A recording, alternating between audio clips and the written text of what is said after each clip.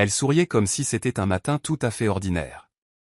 Elle se préparait pour le jour le plus important de sa carrière. Une présentation qui pourrait enfin lui valoir cette promotion pour laquelle elle avait tant travaillé. Ses nerfs étaient à vif, mais elle restait concentrée. Il proposa de lui faire un café, lui disant de se détendre et de se préparer. Elle ne protesta pas. Ces derniers temps, il lui préparait son café presque tous les matins. Elle s'installa à table avec son ordinateur et ses notes, repassant ses arguments. Il lui tendit la tasse, affichant toujours ce même sourire calme. Elle but une petite gorgée et s'arrêta net. Quelque chose clochait. Le goût était amer, étrange, presque granuleux. La texture n'était pas normale. Sa poitrine se serra, mais elle resta parfaitement immobile. Il ajustait sa cravate, sans faire attention à elle. Elle regarda de nouveau la tasse. Puis, sans dire un mot, elle se leva, marcha jusqu'au comptoir et prit le café de son mari. Alors qu'il avait encore le dos tourné, elle intervertit délicatement les tasses. Elle posa la sienne devant lui et prit la sienne pour elle. Puis elle se rassit et observa. Il prit une grande gorgée de café, totalement inconscient de ce qui venait de se passer. Son visage ne changea pas. Il ne remarqua rien. Il sourit à nouveau, comme si tout était parfaitement normal. Mais elle savait que quelque chose n'allait pas, et elle le savait depuis un moment déjà. Il n'avait aucune idée qu'elle l'observait de près. Aucune idée qu'elle le testait. Elle garda son calme. Son visage ne trahissait rien. Mais à l'intérieur, ses pensées étaient affûtées et précises. Elle avait failli boire le café qu'il lui avait donné. Failli, mais pas tout à fait. Il ignorait qu'elle avait tout compris. Pas encore, mais il allait bientôt le savoir. Il ne savait pas ce qu'elle savait d'autre. Dans les mois précédents ce matin-là, les choses avaient commencé à changer doucement. Au début, elle pensait que c'était juste le stress. Le travail était intense, et elle s'efforçait de réussir. Mais de petites choses ne cessaient d'aller de travers. Et curieusement, son mari était toujours là quand cela arrivait. Il oubliait de lui transmettre les messages de son patron. Une fois, alors qu'elle avait manqué une réunion importante, il lui avait dit « Oh, je croyais te l'avoir dit ». Puis, son agenda commença à devenir incohérent. Des réunions qu'elle avait notées disparaissaient ou étaient déplacées à de mauvaises heures. Elle pensait qu'elle était peut-être juste fatiguée et qu'elle faisait des erreurs. Il riait quand elle perdait ses moyens. « Tu as besoin de dormir plus », disait-il en souriant comme s'il était bienveillant. Mais quelque chose dans son ton la faisait toujours se sentir minuscule. Lorsqu'elle remarqua enfin qu'un email professionnel avait été supprimé, elle lui en parla. Il répondit que ce devait être un bug informatique et lui demanda si elle se sentait bien, comme si c'était elle qui imaginait des choses. Cela continuait d'arriver. Chaque fois qu'elle soulevait un problème, il la faisait passer pour une folle. Il lui disait qu'elle était trop sensible, trop paranoïaque. Qu'elle réfléchissait trop. Lentement, elle cessa de se faire confiance. Elle qui était autrefois sûre d'elle commençait à douter de sa propre mémoire. Il se moquait de ses idées quand elle répétait ses présentations à voix haute. Il avait ce petit sourire en coin et disait « Je ne pense pas qu'ils vont aimer ça » ou « Tu en fais toujours trop ». Parfois, il agissait comme un soutien, mais seulement quand d'autres regardaient. Quand ils étaient seuls, il était froid, distant, et parfois cruel. Un soir, ils se disputèrent. Elle venait de rentrer d'une longue journée et était bouleversée car elle avait découvert qu'un client n'avait jamais reçu un document qu'elle avait envoyé. Elle était certaine de l'avoir envoyé, mais il avait disparu. Elle lui dit qu'elle pensait que quelque chose n'allait pas, et il leva les yeux au ciel. « Peut-être que tu n'es juste pas faite pour la cour des grands », lâcha-t-il. Certaines femmes ne le sont pas. Elle ne répondit pas. Elle resta là, silencieuse, tandis qu'il s'éloignait comme si de rien n'était. Mais ce moment resta gravé en elle. Ces mots coupèrent profond, et pendant une seconde, elle faillit le croire. Faillit. Mais ce fut le jour où quelque chose changea en elle. Le doute était encore là, mais il se mêlait désormais à une colère sourde. Elle n'était pas encore sûre de ce qu'il manigançait, mais elle savait qu'elle devait commencer à être vigilante. Quelque chose clochait, et elle allait découvrir quoi. Elle ne cria pas. Elle ne pleura pas. Elle resta silencieuse et calme. Mais intérieurement, elle se fit la promesse de ne pas laisser cela continuer. Au lieu d'argumenter, elle commença à prêter une attention minutieuse à tout. Chaque mot, chaque geste, chaque chose étrange qu'il faisait. Elle commença à tout remarquer. Elle gardait un carnet caché dans son tiroir et commença à tout noter. Les dates. Les heures. Ce qu'il disait. Ce qu'elle voyait. Elle voulait des preuves. Un jour, elle vit un message apparaître sur son téléphone. Ce n'était pas un nom qu'elle connaissait. Plus tard, elle vérifia à nouveau et trouva d'autres messages. Certains envoyés à elle-même depuis un numéro différent. Il se faisait passer pour quelqu'un d'autre pour l'embrouiller. Elle fouilla sa voiture un après-midi, pendant qu'il était dans un magasin. Dans la boîte à gants, elle trouva un petit flacon de pilules. Sans étiquette. Son cœur s'emballa. Mais elle ne le prit pas. Elle prit juste une photo. Puis elle regarda son téléphone. Son application d'agenda montrait des modifications qu'elle n'avait pas faites. Des réunions déplacées ou supprimées. C'est là qu'elle réalisa qu'il y avait accès. Il modifiait son emploi du temps à son insu. C'est pour cela qu'elle ratait des choses. C'est pour cela que son travail semblait lui glisser entre les doigts. Elle n'en parla à personne pour l'instant.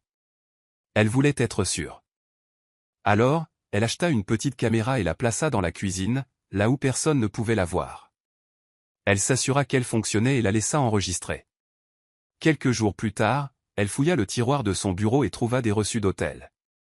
Même endroit. Même nom de femme. Elle se souvenait de ce nom.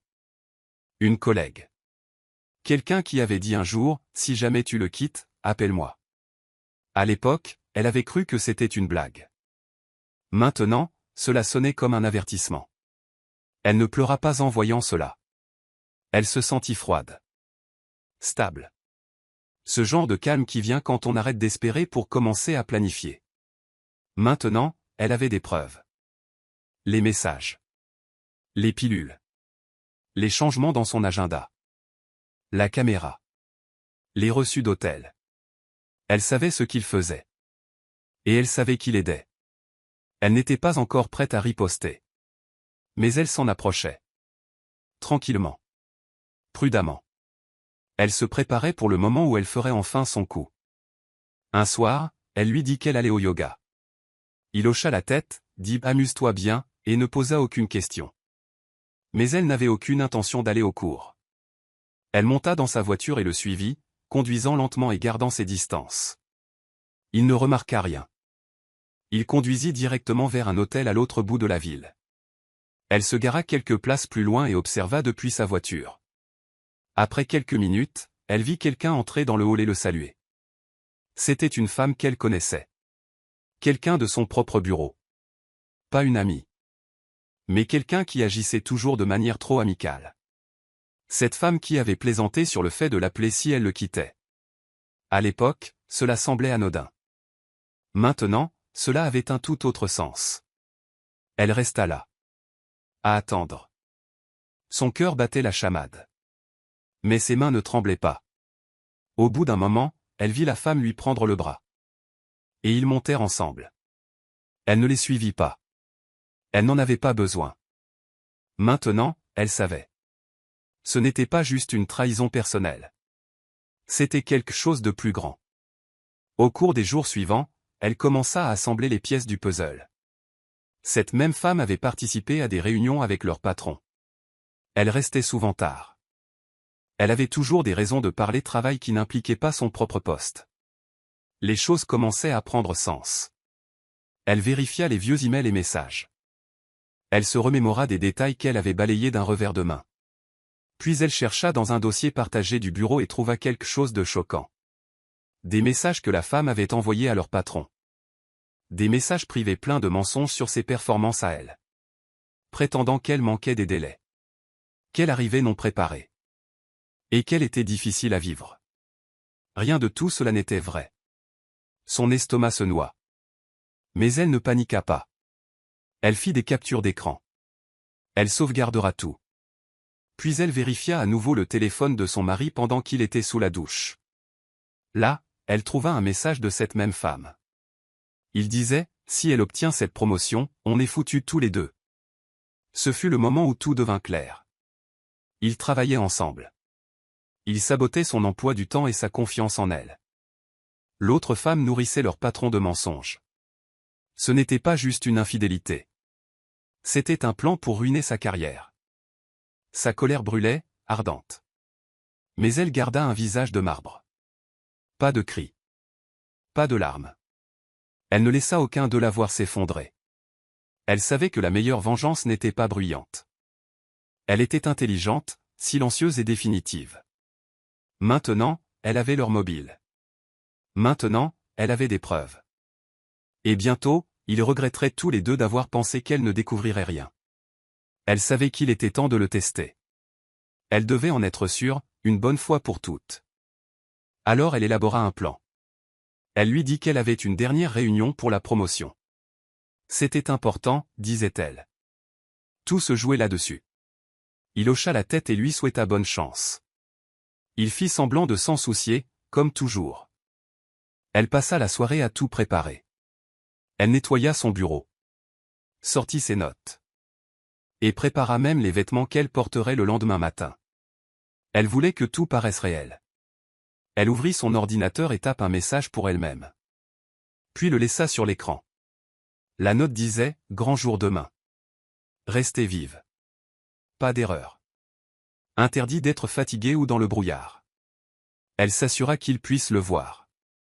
Plus tard dans la nuit, elle alla se coucher tôt, feignant d'être nerveuse et stressée. Il l'embrassa sur le front et lui dit de se reposer. Mais elle ne dormait pas. Elle attendait. Vers minuit, quand la maison fut calme, elle se glissa hors du lit et vérifia la caméra dans la cuisine.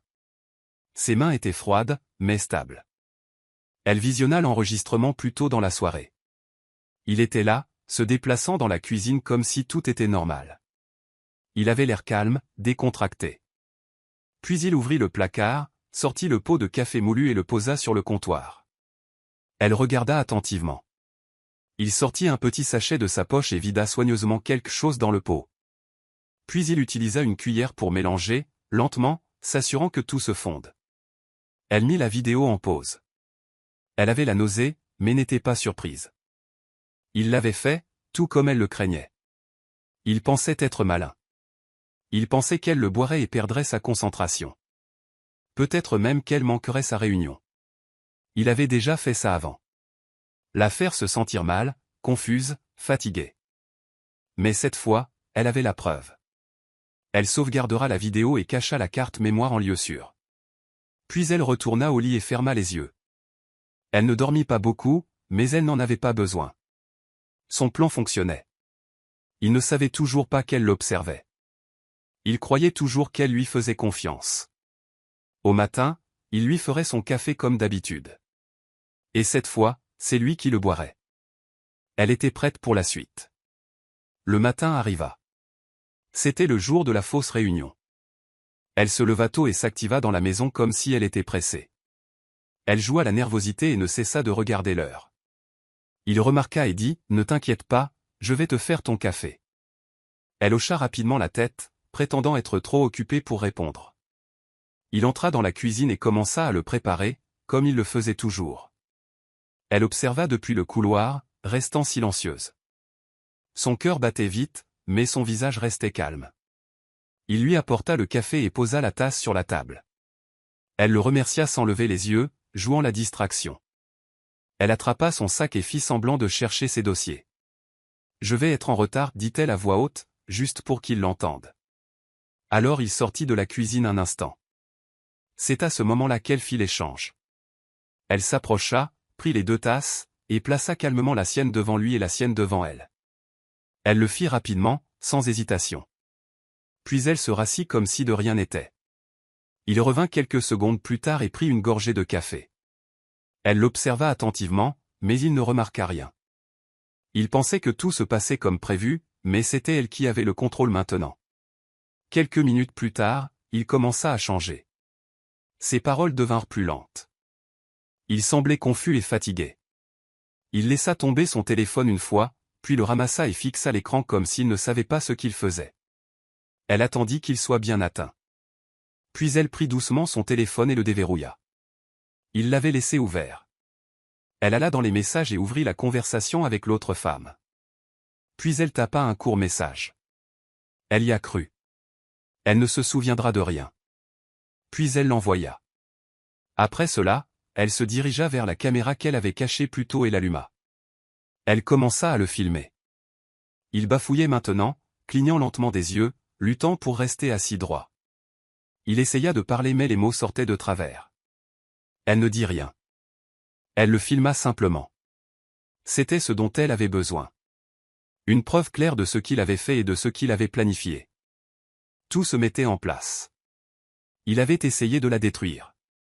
Mais maintenant, c'était lui qui s'effondrait. Et elle était enfin prête à en finir. Elle entra dans le bureau la tête haute. La réunion avait déjà commencé. Son patron et quelques collègues étaient assis autour de la table, semblant confus de la voir. Elle leur avait dit plus tôt qu'elle ne se sentirait peut-être pas bien. Or la voici, l'air calme et concentré. Ils demandèrent si elle allait bien. Elle hocha la tête et dit, « J'ai quelque chose d'important à vous montrer. » Elle posa une clé USB sur la table et la brancha à l'écran. Personne ne dit un mot lorsque la vidéo commença à jouer. D'abord, on voyait son mari dans la cuisine. Il écrasait quelque chose dans le café. La caméra avait tout capturé. Chaque mouvement. Chaque étape. Ensuite, l'écran le montra assis à la table le lendemain matin. Ses mots étaient pâteux. Son corps était faible. Il essayait de parler mais rien de clair ne sortait. Puis, elle montra le message qu'elle avait envoyé depuis son téléphone à l'autre femme. Les mots apparurent en grosses lettres grasses sur l'écran. Elle y a cru. Elle ne se souviendra de rien. Enfin, elle ouvrit les messages privés entre l'autre femme et leur patron. Il y avait des mensonges sur son travail. De fausses histoires. Et un plan cruel. La même femme qui lui avait souri au bureau avait agi dans son dos tout ce temps. La pièce était silencieuse. Son patron la regardait avec des yeux écarquillés. Puis il parla. Calme. Mais sérieux. Vous saviez. Et vous avez laissé faire. Elle le regarda dans les yeux et dit, oui. Je voulais qu'ils sachent tous les deux que je suis plus intelligente qu'ils ne le pensent. Sa voix était stable. Elle ne pleura pas. Elle ne détourna pas le regard. Son patron hocha lentement la tête et lui demanda de sortir pendant qu'ils discutaient de tout cela. Quelques minutes plus tard, il sortit et lui annonça que la femme était retirée du projet. Un rapport complet serait fait et des mesures légales suivraient. Elle n'avait rien fait de mal. En fait, ils étaient reconnaissants qu'elle ait révélé la vérité. On lui offrit le soutien des RH et de l'équipe juridique de l'entreprise. Ils dirent qu'ils étaient fiers d'elle pour être restée calme et s'être protégée. Elle les remercia et sortit de la salle de réunion. Ses mains ne tremblaient plus. Son cœur se sentait plus léger. La vérité avait éclaté. Son mari et l'autre femme avaient essayé de la détruire. Mais au final, elle avait retourné la situation. Elle n'avait pas eu besoin de vengeance avec des cris ou de la colère. Elle avait utilisé la vérité et c'était plus fort que tout ce qu'ils avaient. Il fut emmené à l'hôpital, confus et effrayé. Son discours était incompréhensible et il ne pouvait pas se tenir droit. Les médecins demandèrent ce qui s'était passé, mais il ne put expliquer. Elle se tenait à proximité, calme et silencieuse, observant tout. Lorsque l'infirmière s'éloigna, elle passa un coup de fil. Elle appela la police et dit, « Je dois signaler quelque chose de grave. Quelqu'un a essayé de m'empoisonner. » L'officier posa des questions et elle répondit clairement. Puis elle dit, « J'ai des preuves. » Plus tard, au poste, elle remit la vidéo de la cuisine. Elle montrait tout. Son mari écrasant quelque chose dans le café. Elle leur donna aussi le message qu'il avait envoyé de son téléphone et les autres choses qu'elle avait sauvegardées, comme la photo des pilules et les reçus d'hôtel. Les officiers regardèrent la vidéo attentivement. Ils posèrent quelques questions supplémentaires et prirent sa déposition complète. Puis ils allèrent à l'hôpital et le placèrent en état d'arrestation. Il ne contesta pas. Il avait l'air pâle et faible. Il savait qu'il était pris. Il fut inculpé pour tentative d'empoisonnement et tentative d'entrave à l'exercice de son métier. C'était un crime grave. Il dit que c'était une erreur, mais personne ne le crut. La vidéo disait la vérité. Pendant ce temps, l'entreprise agit rapidement. Son patron rencontra les RH. L'autre femme, celle qui l'aidait, fut convoquée au bureau. Elle essaya de tout nier au début. Mais quand ils lui montrèrent les messages, son visage changea. Elle fut licenciée le jour même. Son nom à elle était blanchi. Tout ce qu'elle avait perdu, les réunions manquées, les mauvaises évaluations, était maintenant réexaminé. Son patron s'excusa. L'équipe RH offrit son soutien, y compris une aide juridique si elle souhaitait porter d'autres accusations. Elle ne sourit pas beaucoup, mais elle hocha la tête et dit merci. Quelques jours plus tard, elle fut de nouveau appelée au bureau. Son patron lui tendit une lettre. C'était officiel. Elle avait obtenu la promotion. Son travail acharné avait toujours été là. Maintenant, les mensonges avaient disparu. Elle sortit du bâtiment ce jour-là avec une fierté tranquille. Elle n'avait pas eu besoin de crier. Elle n'avait pas eu besoin de blesser qui que ce soit. La vérité avait suffi. Elle avait planifié soigneusement. Elle était restée calme. Elle avait donné les faits. Et maintenant, elle était libérée de deux. Plus de peur. Plus de jeu. Juste elle. Son nouveau rôle et un nouveau départ. Elle marcha dans le couloir froid de la prison, tenant un dossier à la main. Les gardes ouvrirent une porte et la menèrent dans une petite pièce avec une vitre de séparation. De l'autre côté, il était assis menotté, ne ressemblant en rien à l'homme qu'elle avait connu. Son visage était pâle et ses yeux cernés. Il avait l'air de n'avoir pas dormi depuis des jours. Ses mains tremblaient et il ne pouvait rester en place. Ses vêtements étaient froissés et ses cheveux en désordre. Il n'avait plus l'air fort ni fier. Il ressemblait à quelqu'un qui avait tout perdu.